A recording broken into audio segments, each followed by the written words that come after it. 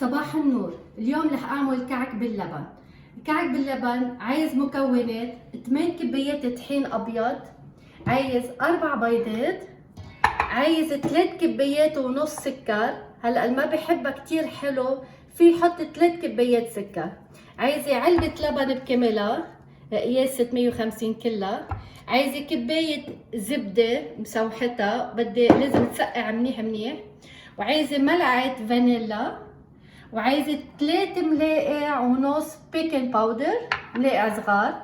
عايزه نص ملعقه صغيره محلب، ربع ملعقه صغيره ملح. عايزه نص ملعقه صغيره قرفه، هاي التطيبات. وعايزه 2 برش حامض، 2 ليمون زيست، 2 برش حامض. ودايما لما بكون في عنا البيض لازم نحط الملح مع الفانيلا فوق البيض ونخفقهم قبل ما نحط ايدنا فيهم ونستعملهم. وعندنا كمان جوزة الطيب، هاي كمان من التطيبات. هلا اللي ما بحب جوزة الطيب في ما يحطها. هلا رح ابرش جوزة الطيب فوق الطحين دغري. انا طحين نخلته ومجهزته. هلا بدي ابرش جوزة الطيب. جوزة الطيب مع الكعك بتعطي نكهة طيبة. بفتكر هالقد بزيادة. هلا لحط الفانيلا فوق البيض،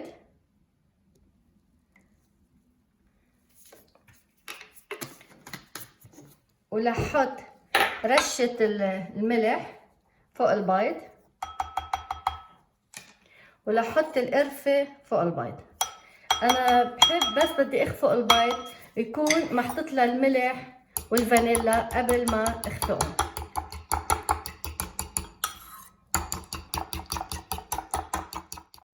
هلا لحط السكر، لحط برش الحامض تاني اللي برشته. اكيد غسلت الحامض ونشفتهم وبرشتهم. هيدا البيكنج باودر 3 ملاقع ونص بيكنج باودر. هيدي المحلب طيبة. وهلا لحط الفرغ علبة اللبن كلها. اول شي رح اقلبهم.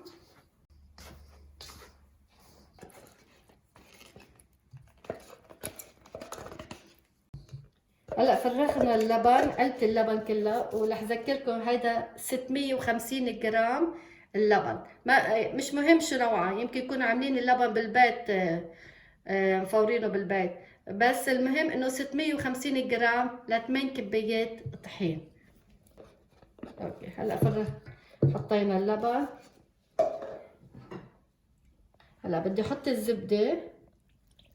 بحط كل المكونات كلهم فوق بعضهم وبعدين بعجن. كل شيء لازم ينحط فوق بعضه. هلا حطينا اللبن، حطينا الطيبات، حطيت الزبدة. هلا بعد ناقص البيض. هلا لحط البيض، اكيد حطيت له الفانيلا والملح والقرفة.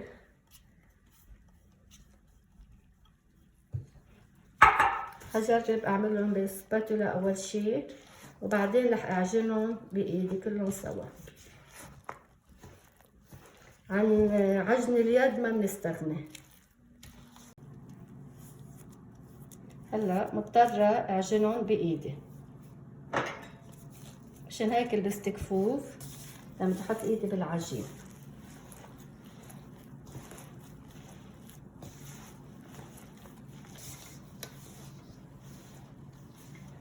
هيدي العجينة ما بدها ترتاح كتير، يعني أكتر من 10 دقايق مش عايزة، لأنه ما فيها خميرة، فيها بيكنج باودر. هلا بس اعجنها وخلص.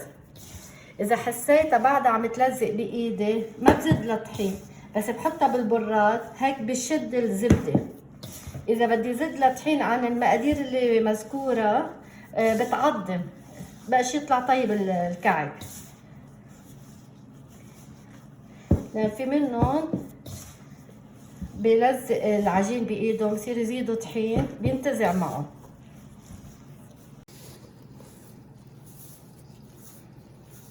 عم جرب بالطحين كله بالزبدة. هلا بس اعجنها مزبوط برجع بصوركم اياها، لانه بدها تاخد شوية وقت عجنة.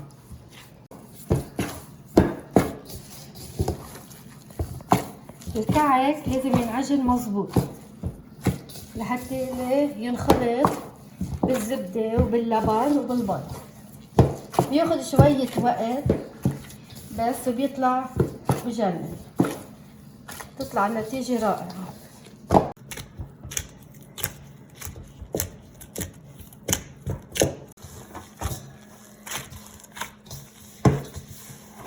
هيدي العجينة بعتقد صارت جاهزة. بدي شوفها إذا بتلزق بالإيد. إذا لزقت شوي بالإيد بحطها بالبراد. إذا دلت لك ما بتلزق اسم الله. وإذا دلت تلزق بحط حد مني كاسة فيها زيت، بلت إيدي بالزيت وبرجع بعمل طبيت الكعك. أول شي لازم كلهم أعملهم كرات هيك، يعني قد ما بتحبوا كبرى. بس يخلصوا كلهم برجع بقرصهم وبقشعكم كيف. هلا رح بلش اعملهم كرات صغار. طبت العجينه ما عم تلزق بايدي اسم الله منيحه، بس في حال كانت عم تلزق بالايد بتغطوا صبيعكم طرف اصبعكم هيك نقطه زيت، تعملوه هيك بس نقطه صغيره وبتشيلوا العجينه بتعملوها على ايدكم. بس انا العجينه اللي عملتها مش بحاجه.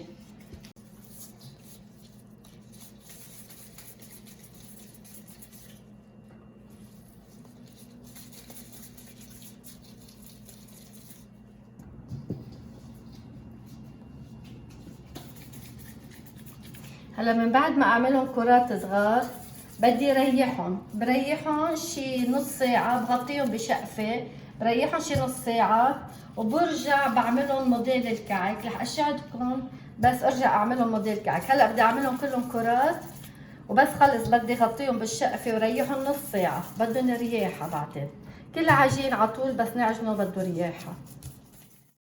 في شغلة بدي لكم اياها ملاحظة صغيرة، انه الكعك ان كان باللبن او بالحليب او بعصير الليمون سر نجاحه هو الرياحة. يعني بس تعجنوه لازم يتريح 10 دقايق. بس ينعمل طبيت كرات لازم يتريح كمان اقل، يعني اكثر شيء نص ساعة بيتريح، بيتغطى اكيد بشقفة. وبس قرصهم اعملهم كعك كمان بدي ريحهم شي ربع ساعة قبل ما ادخلهم الفرن. هيدا سر النجاح بالكعك لينفخوا معي بقلب الفرن، هو ريحة العجين من مرحلة لمرحلة.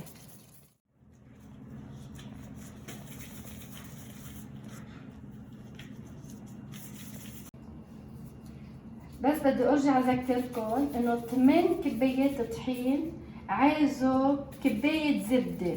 فيكم تحطوا زبدة، فيكم تحطوا السمنة اللي انتم بتحبوها بنكهة الحلويات.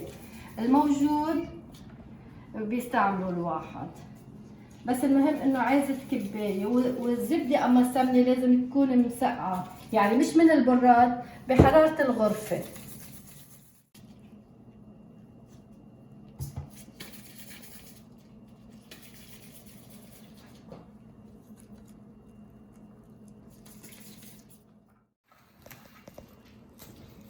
وهلا رح غطيهم اتركها العجينة ترتاح شي نص ساعة، وبعدين من بعد ما ترتاح العجينة بدي ارجع قرصها موديل الكعك مبروم مثل الاساور.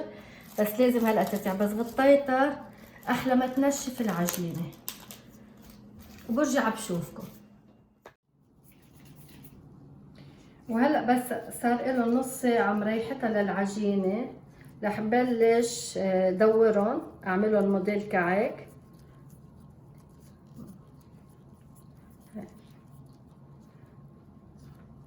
بمسكها هيك. هلا اذا حسيناها عم بتلزق بنلوث ايدنا بالزيت مثل ما قلت لكم. هلا لنعملها بنمسك البول هيك نبرمها، نعملها هيك مثل ما عم يكبتل اللبنه. نرجع بنحط اصبعنا بالنص ومنرتبها، نظبط لها موديلها بايدنا هيك. كتير هينه كتير سهله، وبحس الواحد مبسوط هو عم بيشتغل فيهم. يعني اتس فان ليعملهم. تعملها هيك نبرمها منيح بايدنا، نرجع بالنص بنحط اصبعنا هيك ما بدها شي، بس كل شي بدنا نظبط لها موديلها برمتها. انا حطيت كيسة الزيت حدة، ان كيس عزت اذا لقيتهم عم بلزقوا بايدي بلوت ايدي نقطة زيت، بس ما عم بلزقوا. اذا حسيتها شوية كبيرة القرص، هلا من مسكة ايدي بصير بعرفها، اذا حسيتها كبيرة عن التانية بشيل منها شوية صغيرة، مش مشكلة، هيك بربح كعكة زيادة.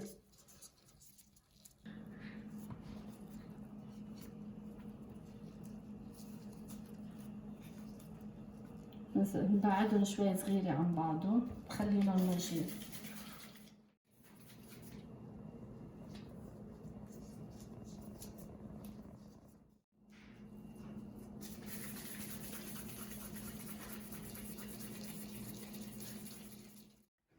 وهلا من بعد ما خلصت نشكلهم ظبطهم اقراص اقراص، لازم يتغطوا احلى ما ينشف وجههم، وريحهم ربع ساعة، وارجع فوتهم على الفرن على عيار 350 لحتى يظهر كعبهم ويتغير لونهم، بشيلهم وبخليهم على جنب.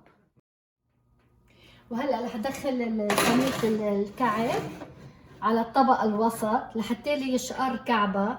بس شوف تغير لون كعبة بحطه على الرف الفوق وبحط صينية غيرها وبنطرها لتشقر، واذا ما شقرت برجع بحطها بديرها شوي صغيرة من فوق ليتغير لونها وخلص بشيلها.